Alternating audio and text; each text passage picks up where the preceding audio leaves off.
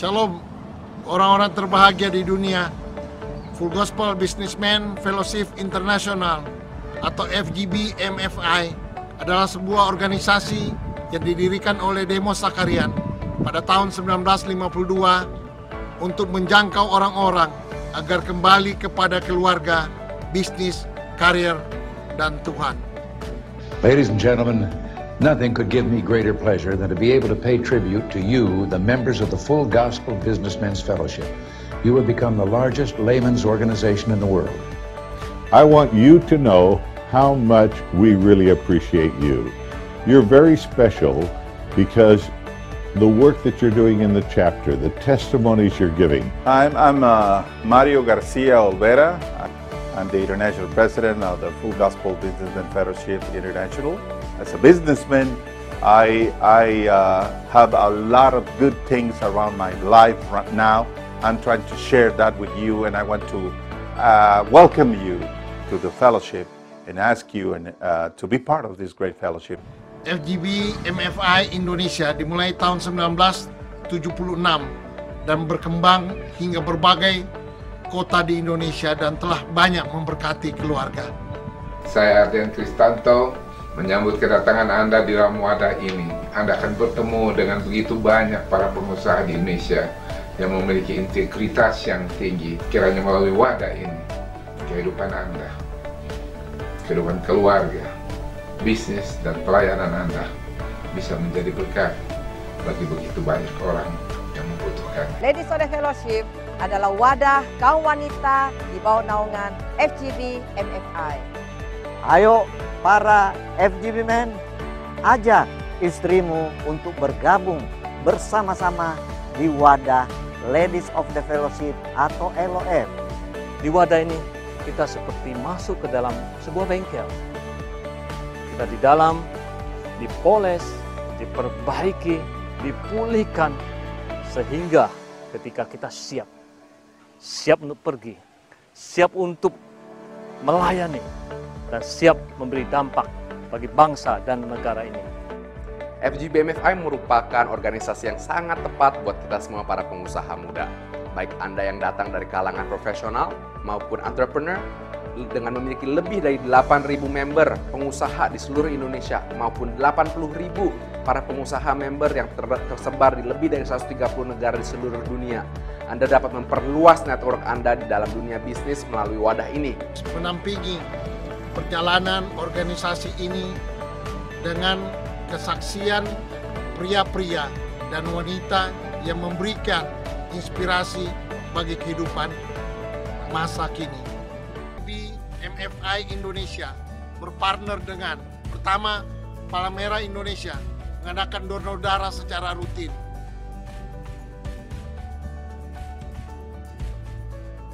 Kedua, Tagana untuk bantuan bencana alam. Ketiga, Jaringan Doa Nasional mendoakan bangsa dan negara tercinta Indonesia agar damai dan sejahtera. Keempat, Universitas Ciputra dalam menyelenggarakan mini MBA bagi pengusaha muda. Kelima, Family First untuk seminar keluarga. Keenam, CGN TV dalam rangka peningkatan kemampuan di dalam media elektronik, televisi, dan video.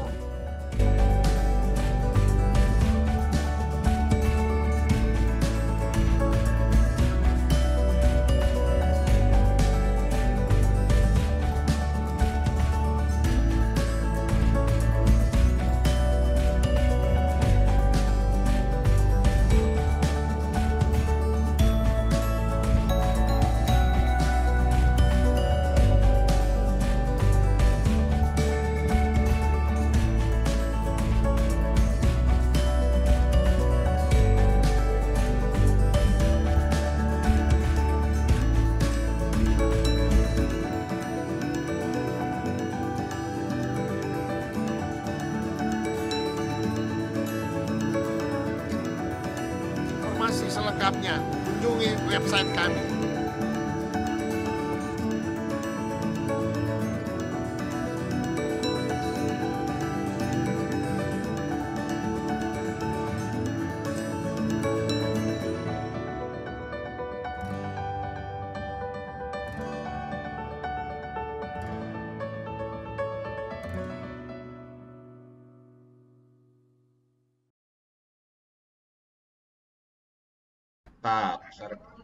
Oke, saya rekam.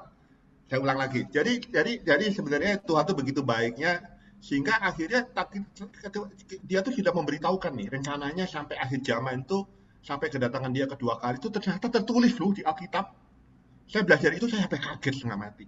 Saya bilang, ya ilah, seandainya manusia tuh tahu gitu loh. Seandainya manusia tuh bisa mengetahui bahwa Allah tuh begitu menyayangi manusia dan dia memberitahukan pada rencananya kepada manusia.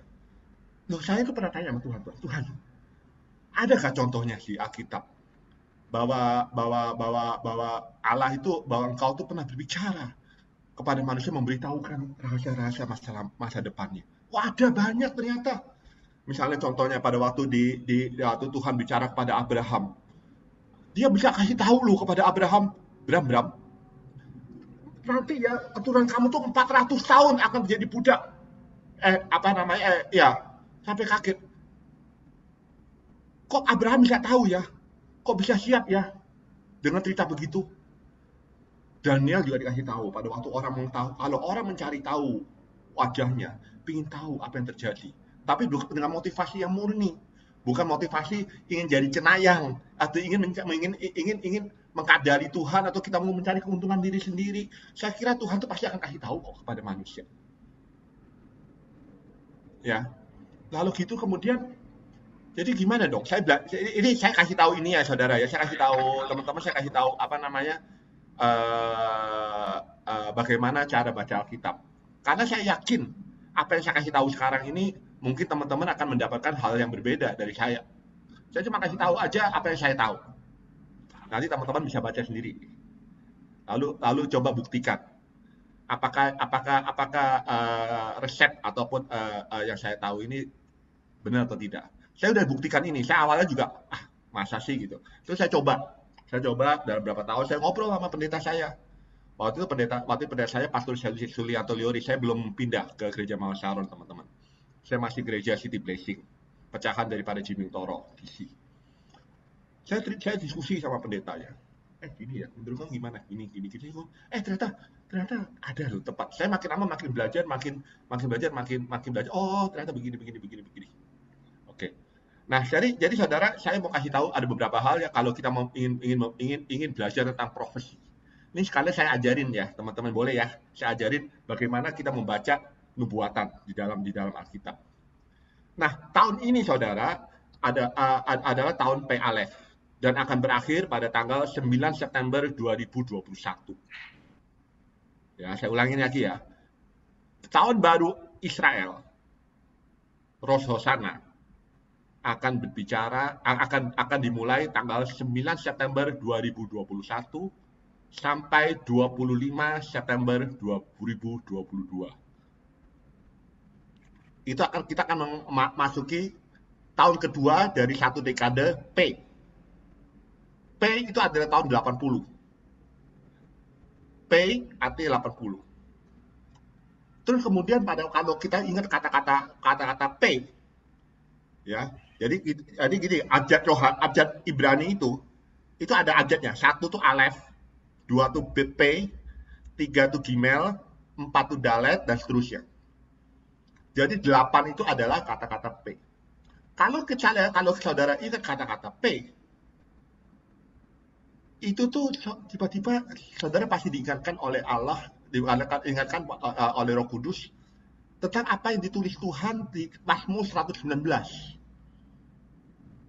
Mazmur 119 itu kalau saudara teliti, itu Mazmur terpanjang di Alkitab, saya tahu. Tapi Mazmur terpanjang seluruh Alkitab itu tuh ada urutannya. Itu adalah seluruh abjad di dalam Ibrani itu tercantum di situ, dari Aleph sampai Omega. Tulis itu. Terus saudara lihat kata-kata P di situ. Saudara lihat kata-kata P di situ. P itu adalah tahun 80. Satu dekade 5780 sampai tahun 5789. Ini Tuhan itu berbicara mengenai mulut. P itu artinya mulut. Mulut itu adalah firman. Jadi artinya tuh seakan-akan Tuhan bilang katanya, ini dunia sudah kacau nih. Kejadian pasal 1 ayat 1 mengatakan, pada waktu itu Roh Kudus melayang-layang di atas permukaan bumi, Dan dia melihat dunia itu tanpa bentuk, tidak ada bentuk. Kacauan terjadi di Samudra Raya. Akhirnya Tuhan pun berfirman, terjadilah keteraturan.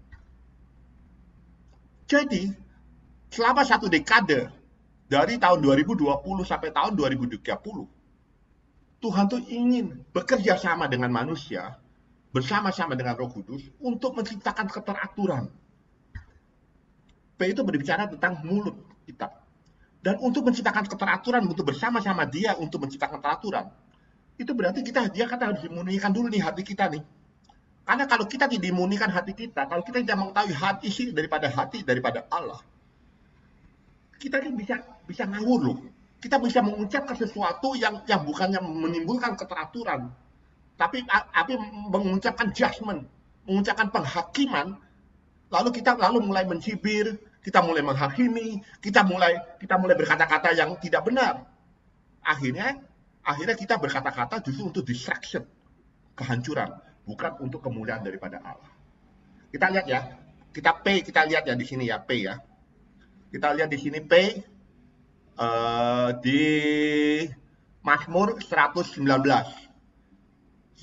Mazmur 119 kita cari di sini. P itu mulai di ayat keberapa?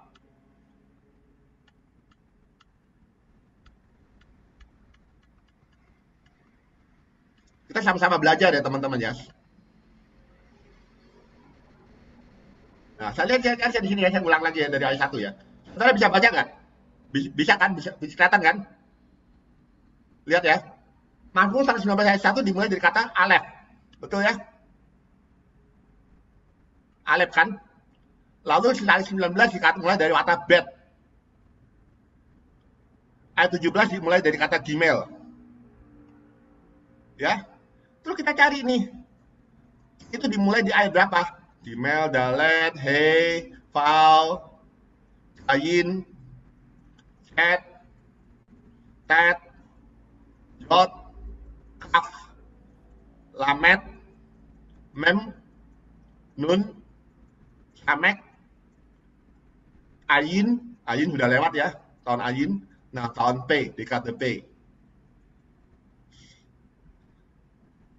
Saudara bisa baca ya P ya. Kita dimulai dari ayat 129. Kata P. Ya. Di sini kata-kata P di sini ada 129 sampai 136. Saya kenapa waktu itu saya selalu agak cerewet kalau ngomong tentang Alkitab. Karena kalau kita lihat dalam bahasa Indonesia itu tidak ada ininya. Tidak ada pembatasnya. Lalu kemudian akhirnya jadi orang jadi kagak tahu. Wah, mau 119 panjang banget. Akhirnya karena panjang banget, jadi kita tidak tahu maksudnya apa. Soalnya mungkin dalam terjemahan LAI pikir, ini mah penanda doang. Kan sama di Quran. Quran itu juga ada loh penanda-penandanya. Ini kalau ada Satrio bisa jelasin nih. Ada tanda-tandanya, tapi tanda-tandanya somehow kalau di Al-Quran dalam bahasa Indonesia itu hilang. Itu juga sama. Alkitab dalam bahasa Indonesia hilang tanda-tandanya. Ya. Pada tanda itu penting banget. Kita lihat di sini ayat 129 sampai ayat yang ke 136. Karena kita kalau udah masuk berikutnya adalah jadi. Bener ya, teman-teman ya? 129 sampai 136. Itu adalah P. Oke, saya cuma kasih prinsip-prinsip aja hari ini. Saya nggak akan detail, karena kalau detail panjang banget bisa menjadi 12, saudara. Saya nggak akan cerita di sini ya. Saudara coba baca deh. Saudara, Tuhan itu begitu baiknya, saudara. Lu bayangkan, kita bisa bayangkan, saudara. Ternyata, saudara, apapun yang terjadi pada tahun sama 1 dekade, itu sudah ditulis. Kita ngomong dekade dulu ya. Nanti kita bicara tahunan. 5781, 5782, ya. Kita bicara dekade dulu. Tahun P. dekade P.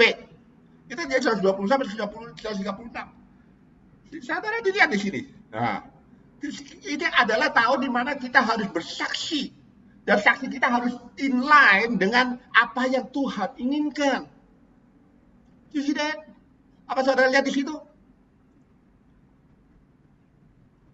Kita lihat, your testimonies are wonderful.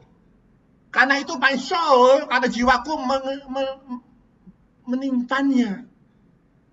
Masuknya kata-katamu, firmanmu, memberikan cahaya. You see that? Dan memberikan pengertian kepada orang yang sederhana.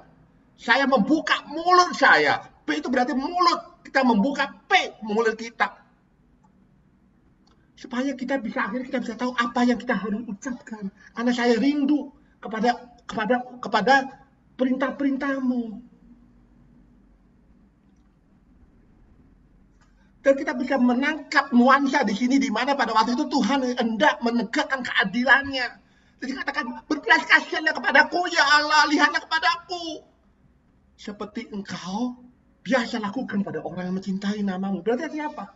Kalau sampai pemazmur ini mengatakan, lihatlah kepadaku dan berbelaslah kasihan kepadaku, berarti ada sesuatu di sini yang menyebabkan akhirnya dia merasa confused. Kita merasa bingung, apa yang sedang terjadi di dunia ini? Ada banyak hal-hal yang kita nggak mengerti, banyak kematian, banyak sekali penyakit, banyak sekali kebangkrutan, banyak sekali masalah keluarga yang seharusnya Tuhan izinkan supaya akhirnya kita bisa tahu apa yang seharusnya utama dalam hidup ini. Karena itu tahun 33 dikatakan, karena itu tolonglah Tuhan supaya langkah-langkahku itu kau tuntun sesuai dengan firman-Mu. Jangan kita ini kecepatan atau terlalu lambat. Manusia itu kadang-kadang, saudara, kepingin cepat-cepat ingin sampai ke depan, misalnya ingin musim panas tanpa harus melalui musim dingin.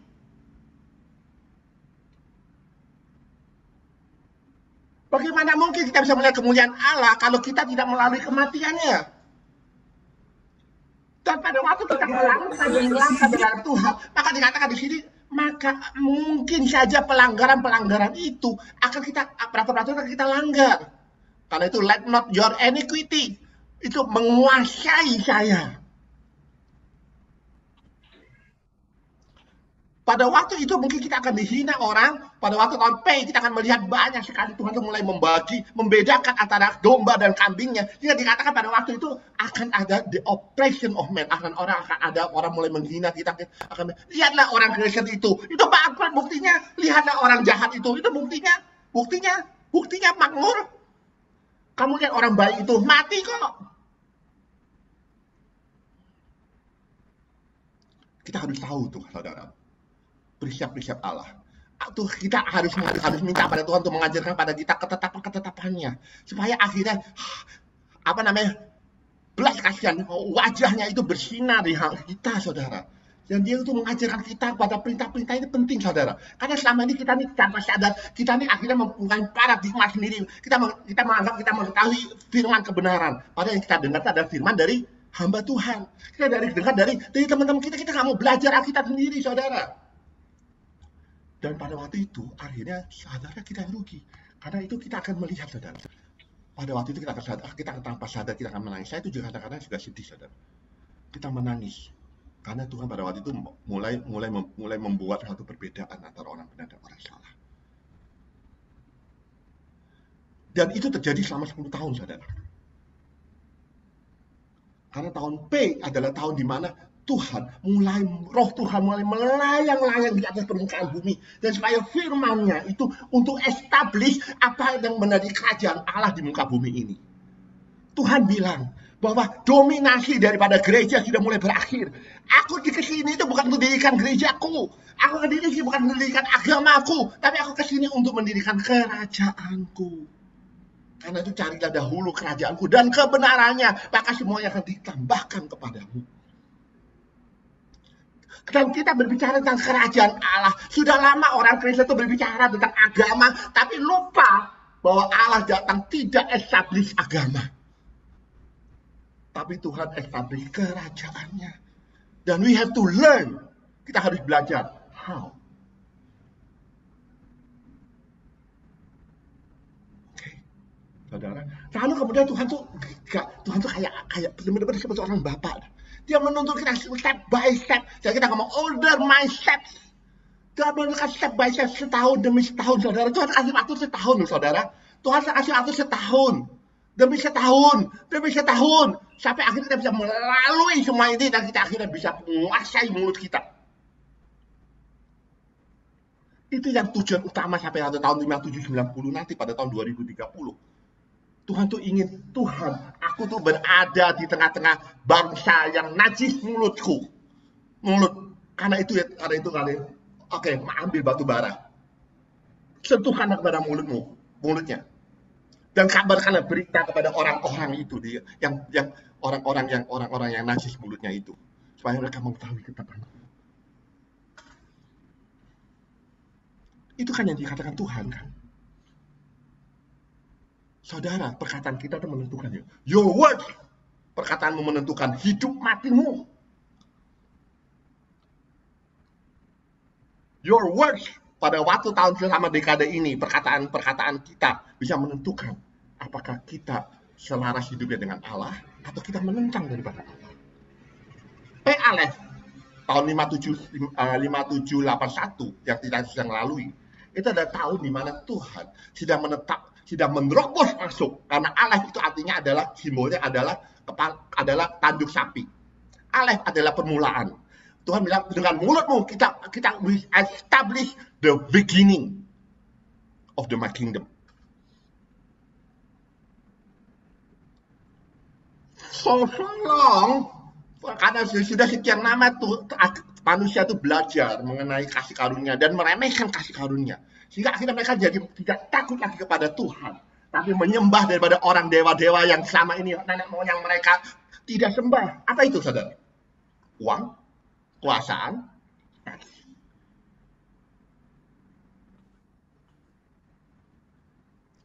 Orang zaman dulu tuh nganggap uang adalah alat untuk tukar menukar.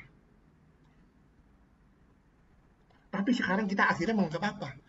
Tambah kaya dari Tuhan akhirnya tambah memberkati kita. Itu kan paradigma yang keliru, saudara. Seperti tadi si Andrew ngomong. Maka itu kita lihat ya, P Aleph ya. Kalau itu pertama kita lihat P Aleph ya. Dan itu akhirnya di sini kita bisa sambungkan P tadi DKT itu P. Terus kalau saudara balik ke Mazmur 19 tadi, lalu saudara baca itu Aleph, baca itu Bet, saudara akan mengetahui, oh alah, ternyata urutannya demikian. Alah, ternyata pada waktu sesudah Aleph, pada waktu Tuhan mulai menentukan, saya dulu Tuhan yang berkuasa, bukannya agenda kamu yang terjadi, tapi agenda kulah yang terjadi. Itu seakan-akan Tuhan ingin berbicara itu kepada kita pada waktu 5781 2021. Tapi pada 2022 kita akan masuk ke arah Bet. Bet itu artinya rumah. Ya, rumah. Saudara coba kalau kita berbicara tentang rumah, saudara, pada waktu kita bicara tentang rumah, apa yang saudara pikirkan? Tuhan tuh ingin bersama kita. Tuhan adalah Immanuel, God with us. Jadi dia tuh ingin establish, saudara, supaya bersama-sama kita, untuk kita supaya bersatu. Ini adalah waktu pada tahun 5782, pada waktu kerajaan Allah ini mulai sama Tuhan tuh disatukan oleh Tuhan. Ini adalah tahun, saya percaya tahun ini kita akan melihat orang tuh mulai sadar, mulai membangun rumah Allah di mana-mana. Bukan membangun gedung gereja. Rumah Allah adalah rumah di mana kumpulan orang percaya. Pada waktu orang zaman dulu, kita berkumpul bersama di rumah-rumah dan untuk menyembah pada Allah, di mana para pria itu memimpin sebagai kepala keluarga, memimpin daripada menyembah daripada Allah. Ini adalah tahun di mana kisah para rasul mulai kembali terjadi.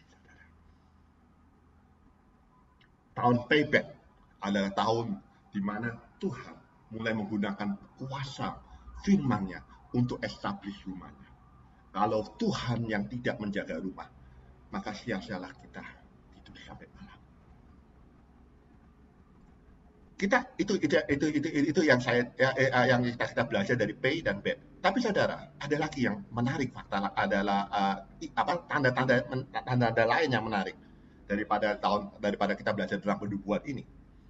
Saudara, saya itu sampai kaget waktu ada orang yang bilang, saya waktu baca waktu itu ada seorang nabi yang mengatakan, tahu gak saudara, ternyata setiap ayat dari kitab Kejadian sampai kitab Ulangan, itu tiap ayat itu koresponden kepada satu tahun daripada manusia.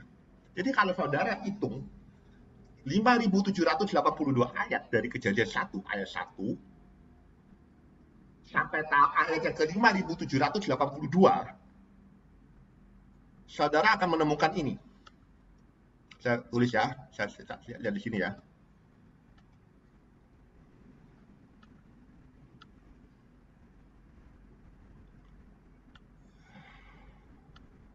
Saudara akan sampai di kitab terakhir. Karena kan katakan 6.000 tahun kan Tuhan katanya.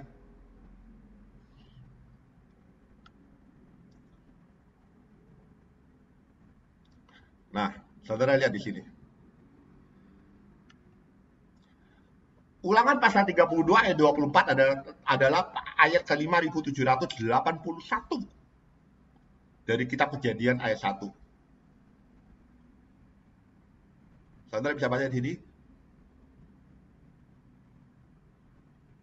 Ini ada tahun di mana Tuhan izinkan suatu pandemi terjadi, saudara. Dan pada waktu ini akan terjadi kelaparan yang hebat di mana-mana. Demam, ya kan? Burning heat, demam, saudara. Dan kehancuran yang pahit. Virus.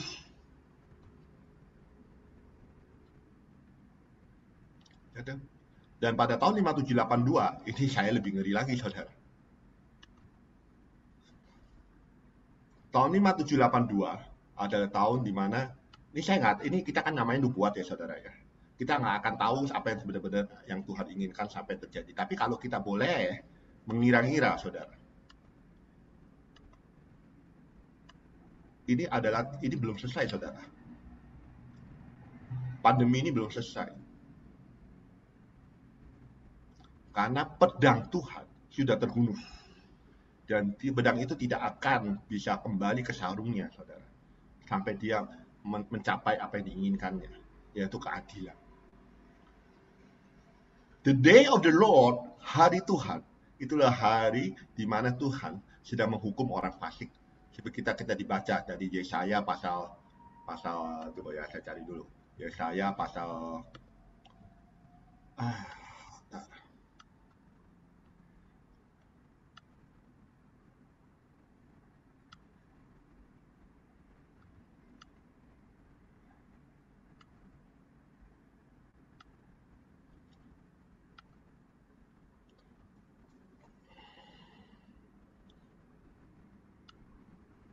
Nah, ini lihat ya. Yesaya 13 ayat 9. Saudara bisa baca di sini. Hari Tuhan itu datang dan hari Tuhan itu kejam, saudara. Karena kenapa? Karena dia akan menghancurkan orang-orang berdosa padanya, dan akhirnya dia akan punish the world for their evil and the wicked for their iniquity. And I will cause the arrogancy of the proud to cease, and will lay low the haughtiness of the terrible. Yesaya 13 ayat 11. Ini saudara, ini mengerikan, saudara. Saya itu bisa baca begini itu terus terang waktu saya baca. Saya kan sebenarnya karena sudah tahu begini, saya baca di awal. Saya baca tahun 2010. Saya bilang, ya Tuhan, jangan begitu dong Tuhan dong. Ya baca begini ngomongannya. Saya juga takut dong. Nggak bener Nah, ngaco nih Tuhan nih. Jangan-jangan saya selama ini salah baca atau gimana gitu. Tapi itu Tuhan terjadi loh. Dan Tuhan bilang gini, pada waktu rumah Tuhan tembus dan pagar-pagarnya rubuh, ini adalah waktu Tuhan membangkitkan generasi Nehemia. Makanya kenapa saya itu waktu baca kesaksian daripada Lukman, Pak Lukman tahu kan full gospel yang dari doa, dari prayer department doa, dia bilang, ini adalah waktunya kita membaca Nehemia. Saya waktu baca itu, saya nggak tahu apa yang terjadi. Katanya si Lukman ngomong. Tapi saya minta kepada setiap orang yang ada di buku gospel untuk membaca kitab Nehemia. Saya nggak ngerti, saudara. Sampai akhirnya saya waktu baca, saya mulai sadar. Nehemia berbicara bagaimana dia membangun kembali reruntuhan yang telah runtuh.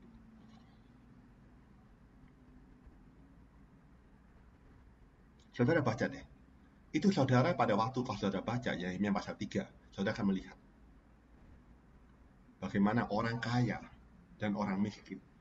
Bedanya saudara. Mereka bersama-sama membangun gerbang-gerbang kota. Menarik sekali kalau saudara membaca bagaimana orang-orang kaya di Nehemia pasal 3 membangun gerbang sampah, saudara. Jadi saudara, ternyata saudara, 12 gerbang itu ada orang-orang yang berfungsi di situ yang Tuhan tempatkan. Tokoh-tokoh agama disuruh membangun gerbang domba. Pengusaha disuruh bangun gerbang sampah. Maksudnya apa? Maksudnya Tuhan ingin supaya orang-orang yang punya kemampuan secara ekonomi, yang punya kemampuan pengusaha, itu Tuhan ingin supaya kita nih untuk mengangkat derajat daripada orang-orang miskin yang ada di kita. Sekarang mampu, saudara, dengan teknologi. Tadi saya dengerin wawancara Gita Wirjawan dengan dari saya kaya. Dia bilang, saya bisa loh. Saya sebagai pengusaha, saya bisa loh hidup, tapi akhirnya dia fokus ke UMKM. Kita adalah fokus di mana akhirnya Tuhan tuh ingin pada sekarang ini para pengusaha ini fokus bagaimana kita mengangkat derajat, harkat dan derajat daripada orang miskin. Tuhan bilang katanya, pada waktu suatu hari akan tiba di mana aku akan memberkati engkau dan tidak ada orang miskin di hadapan. Pada saat itulah engkau harus memperhatikan orang miskin. Engkau harus memperhatikan para janda dan yatim piatu.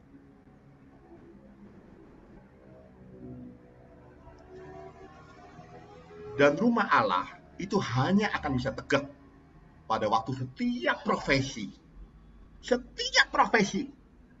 baik dari tokoh agama, pengusaha, politisi, seniman, olahragawan, pemerintahan, pendidik, ya kan? Itu semua bersama-sama membangun gerbang-gerbang Allah. Ada 12 gerbang dalam kitab Nehemia. Itu yang Tuhan ingin bangun. Dan itu akan terjadi. Dan Tuhan mulai bangun dasarnya di tahun 5782, di tahun 2012 ini. 2022, salah ngomong. Ada nabi yang bilang gini, saya nggak tahu bener nggak ya, ini saya cuma sampaikan apa yang katanya seorang nabi itu. Saya lupa nama nabi siapa, saya akan cari. Dia bilang pada tahun 2022 kita akan melihat Bait Suci Yerusalem mulai dibangun. Saya nggak tahu benar nggak. Ya, kita lihat aja. Oke, kita lihat aja, saudara. Itu tanda kedua ya, saudara. Kita pada waktu kita berbicara mengenai PayPad 5782. Saya kasih clue lagi. Tuhan kasih tanda lagi nih. Oke, kita pertama kita belajar Mazmur 119. Kita belajar ayat ke 5782 dari kitab Kejadian 1 ayat 1. Terus kita belajar lagi. Dari 5782 itu ada juga katakan diurut Alkitab itu kan ada yang ngurutin tuh. Strong Bible tuh ngurutin. Tergantung dari penampakan pertamanya apa. Lalu ada satu kata yang mulai tampak di urutan ke 5782. 5782. Misalnya contoh ya, saya kasih contoh ya. Misalnya gini, saudara. Saudara lihat di sini, tunggu nih, ini kok kursor saya. Oke. Saudara lihat di sini ya. Kita balik ke kitab Kejadian 1 ayat 1.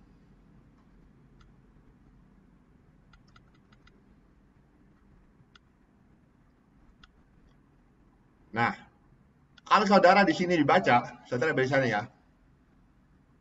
Bereshit itu yang pertama. Ya kan lihat ya. Jadi pada waktu itu saudara lihat sini ada H, itu urutannya ya, H 430, H 1254, H dari 84. Saudara cari H dari 5782. Pada waktu saudara cari H atau Hebrew, Ibrani, 5782, saudara akan ketemu di sini. Tunggu saya baca ini. Ulangan 32 ayat 11.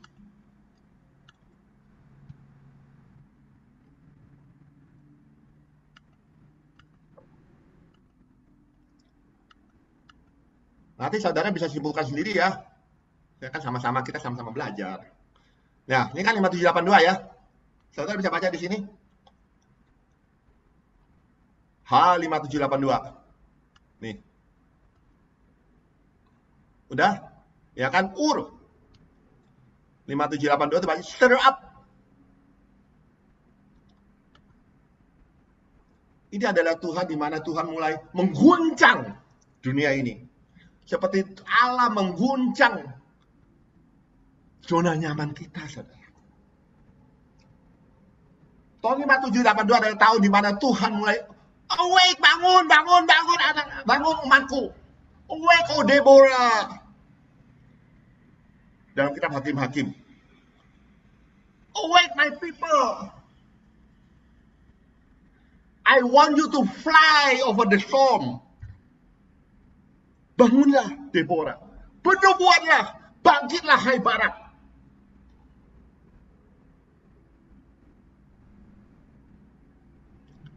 Stir up, awake. Itu Ur 5782. Ini adalah tahun kita di mana kita akan melihat orang-orang, tokoh-tokoh yang selama ini kita nggak pernah tahu. Oh ternyata ada. Kita kebayang sekarang lihat saudara sudah mulai ada tanda-tandanya. Pada waktu Tuhan sudah mulai memberikan mimpi-mimpi dan penglihatan-penglihatan kepada generasi-generasi muda. Sehingga akhirnya bisa menemukan solusi-solusi dengan memakai teknologi. Kita akan melihat banyaknya pengusaha-pengusaha koloman baru. This is the time when God stir up our comfort zone. This is the time when God stir up and awaken para nabi-nabinya, para rasul, gembalanya, pengajarnya, penginjilnya. This is the time God to awaken woman.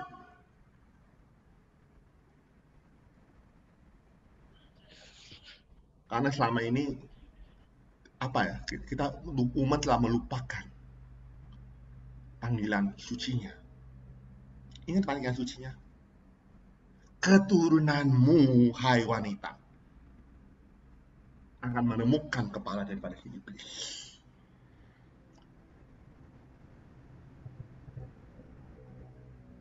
This is the time God wants to build up the family institutions yang selama ini diremehkan oleh manusia. Tahun payback adalah tahun di mana kita harus menggunakan, kita harus sinkronkan hati kita, pikiran kita, dan mulut kita untuk establish the home. Supaya kita ini menjadi rumah yang nyaman bagi Allah untuk tinggali. Bagaimana Allah bisa nyaman tinggal di dalam diri kita, dalam keluarga kita, dalam pekerjaan kita, dalam pelayanan kita. Kalau Tuhan nggak nyaman, saudara, Tuhan akan apa lakukan? Stir up, akan guncang.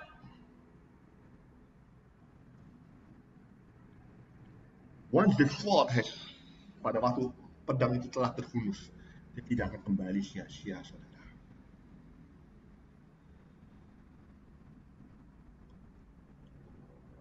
Ya, saya nggak tahu apa terjadi. Itu yang saya dapatkan dari 3 tanda itu, saudara. Dari 3 tanda itu yang saya mau share di sini. Ya, saya nggak tahu apa yang terjadi. Saya bukan Tuhan.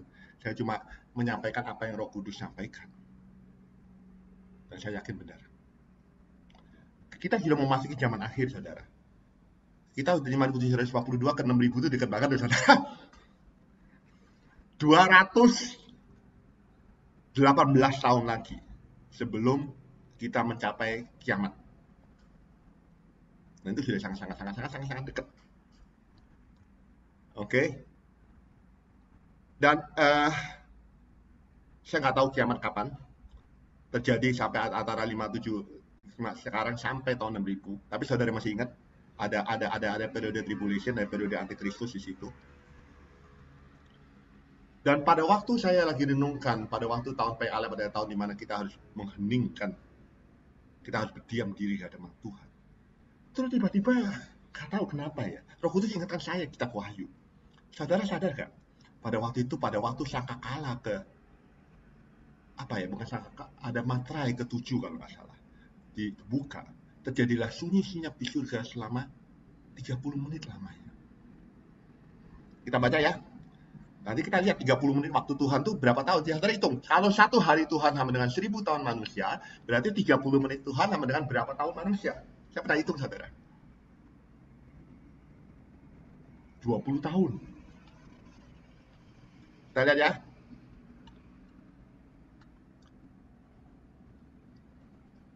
Kitab Wahyu.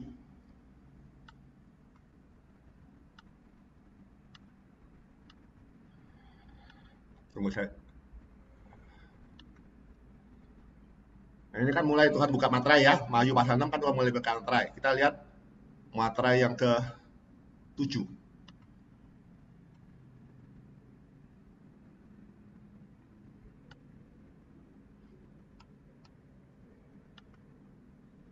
Nah.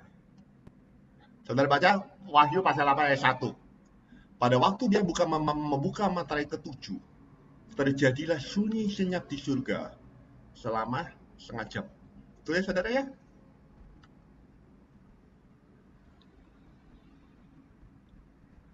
Pada waktu Tuhan bilang, tahun PAL adalah tahun di mana kita harus berdiam diri. Jangan banyak ngomong, Tuhan bilang. Karena engkau tidak mengerti kok apa yang aku lakukan. Jangan sampai paradigma kamu yang selama ini kamu ketahui dari gereja, dari apa yang ada, atau dari pengalaman kamu, atau dari bacaan kamu, atau selama ini dari apa pengalaman kamu, itu semua tuh Tuhan akan itu tidak lengkap, saudara. Tuhan pada waktu itu saya sudah pernah sampaikan di chapter ini, yaitu Tuhan ingin kita pada tahun 5781, 5780 bahkan untuk mulai berdiam diri di hadapan Tuhan, untuk mulai belajar kembali makna daripada apa yang Tuhan kehendaki dapat Tuhan. Kita jangan so tau lah istilah kasarnya. Tapi pada waktu itu saya mulai bilang, gila juga. Saya sudah merenung-merenung, terus kemudian ada loh sebenarnya di dalam Alkitab,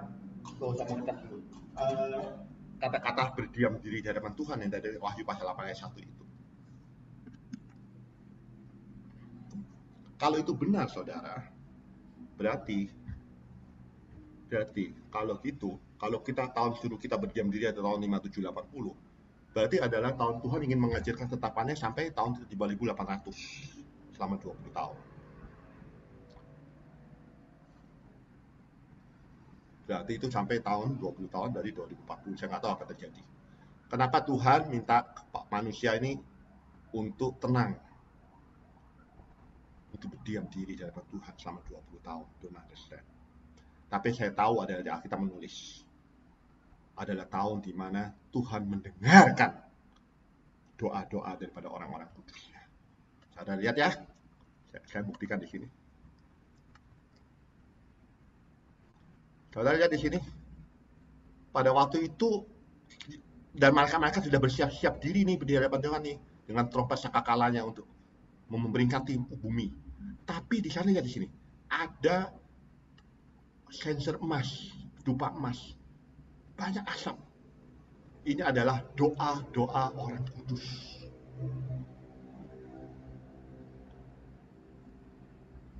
Jadi saudara, selama 20 tahun ke depan, sampai tahun 2040, adalah tahun di mana Tuhan tuh mulai mendengarkan seruan daripada umat, baik yang masih hidup maupun yang sudah mati, saudara.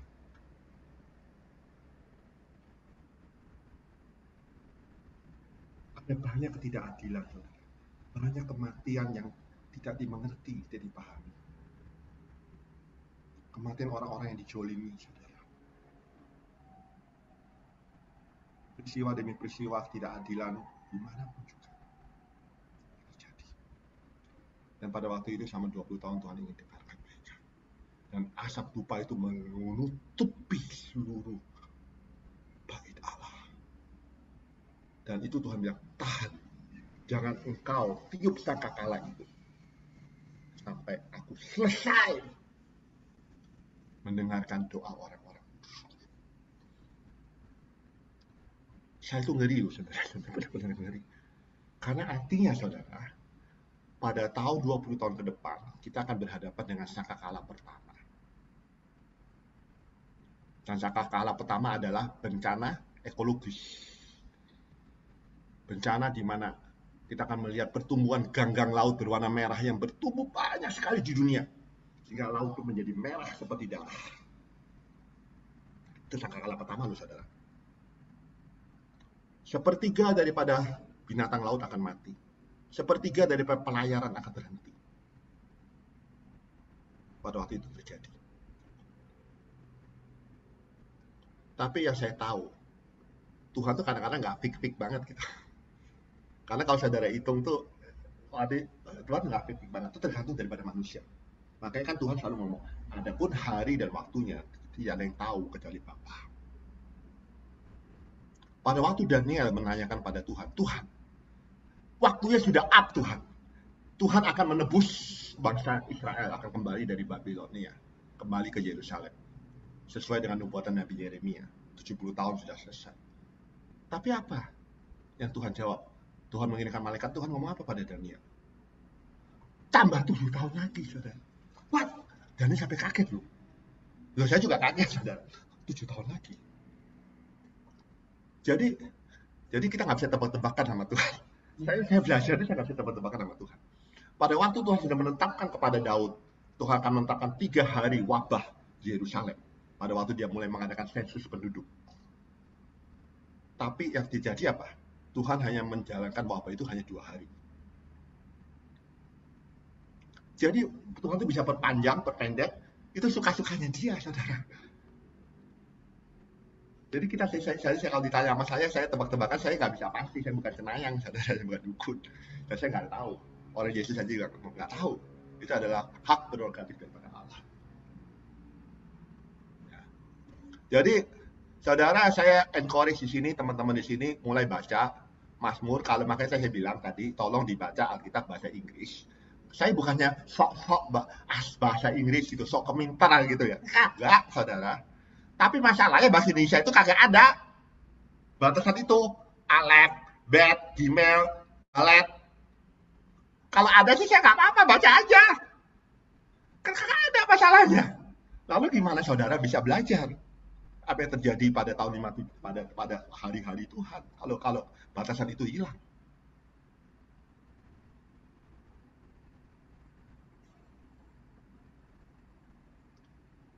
Oke, saudara baca P, saudara baca bet, lalu saudara coba gabungkan. P mulut, bet itu rumah. Saudara baca stir up, kata Ur 5782. Saudara baca Yesaya 32 ayat 24 tadi yang dikatakan bahwa the sword without and sword within. Itu yang terjadi pada tahun itu. Ngeri, saudara, benar ngeri. Nah, saya itu belajar, saudara. Saya dulu saya kepengen tahuan. Kalau dikasih tahu orang aja kan kita tahu dong. Jadi saya mulai baca tuh ayat-ayat berikutnya. Tambah nggak ngerti, saudara. Dan saya nggak apa-apa sih kalau mau baca silakan aja. Saudara kan kalau saudara pengen tahu, kan manusia itu namanya pengen tahuan. Kalau gitu saudara, kalau gitu Vincent 578 tahun depan saya nggak enak dong. Kalau dia kasih tahu nih, berarti nanti kita tahu nih 2030 akan terjadi apa. Ya saya coba aja dibaca gitu. Saya nyerah sih, terus terang saya nyerah sih. Saya pernah coba, saudara, kagak ngerti. Jadi saya mengerti itu hanya satu langkah di depan. Pada waktu sudah mau habis nih, PLF sudah mau masuk PPet, kasih tahu. Oh ini loh. Terus apa yang terjadi pada waktu P Gmail? Wah nanti aja lah, tahun depan baru saya tanya gitu. Saya nggak mau mendahului Tuhan. Toh nanti salah lagi. Nanti saya juga kacau nanti sesuai dengan alam pikiran saya kan kacau. Nggak boleh lah kalau gitu. Ya itu ya dari saya, teman-teman. Saya nggak tahu apakah ini namanya kan kita diskusi ya. Silakan kalau ada yang mau ngobrol, diskusi tentang apa yang terjadi, tentang cerita saya maupun kesaksian daripada Andrew. Silakan. Nah ini kadang-kadang ini question and answer. Saya nggak tahu apakah tetap di record atau enggak. Saya nggak tahu karena kan Andrew tadi ngomong sama saya dia nggak mau di record kan. Ini kan saya matiin aja ya. Saya matiin aja supaya nanti kan teman-teman bisa bebas dan Andrew bisa jawab secara bebas kalau ada pertanyaan kan. Oke, saya matiin ya. ya. Oke, silakan teman-teman kalau ada yang mau bertanya atau ingin memberikan kesaksian, nggak usah langsung